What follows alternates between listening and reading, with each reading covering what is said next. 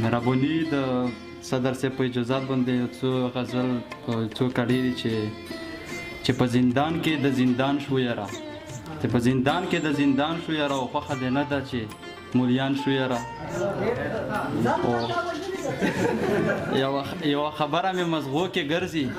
یوه خبره مې مزغو کې ګرځي چا نه قربان څنګه قربان شو یاره دغه مې وس نور درته نشم ویلی پاتې نور څه دي لیونیان شو یاره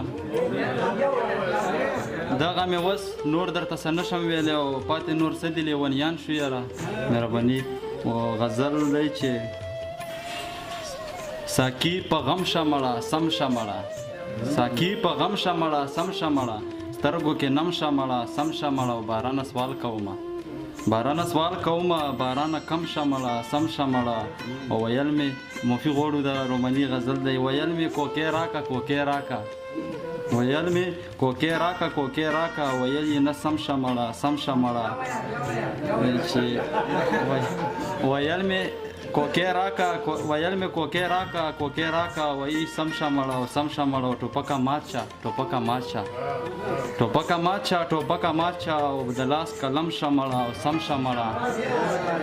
چې ټوپکه ماچا کنه او د لاس قلم شمړه او سم شمړه نور د زړه دروازې وتړه زیګره سم شمړه د بل یو غدی د شیرونه دی غزل چې انسانان پنالت شوي دي نظیم صاحب انسانان پنالت شوي دي حیوانان پنالت شوي دي او ته ماته وایې چې مکړه ګناه ده وګوره مولان پنالت شوي دي وګوره مولان پنالت شوي دي او لړم او مارانو چې چل پرېښودل نظیم صاحب وګوره یاران پنالت شوي دي و پوهه شک دام رومانی دی موفي غوړو بخنه غوړو پوهه شکان جب خلک غواړي خپل یمایانان پنالت شوي دي وای چې بل اخیری کړی وای چې اخ کولیا لاس چې ورنه کې ښه د دې دور شیخان پنالت شوي دي چې اخ کولیا لاس چې ورنه کې ښه د دې دور شیخان پنالت شوي دي یو بل غزل دی چې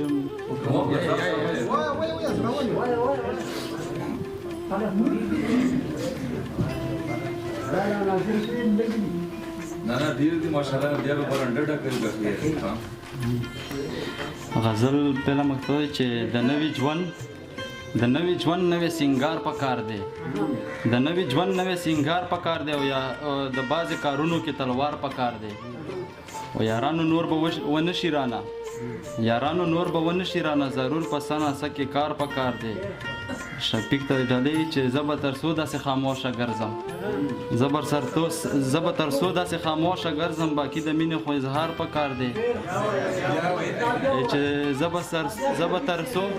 زه به تر څو داسې خاموشه ګرځم باقي د مینې خو اظهار پکار دی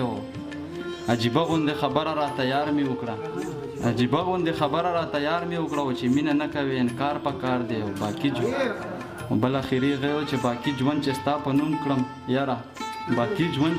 نوم کړم یاره نور درنه قربان زار پکار دی مهرباني یار ډېره مننه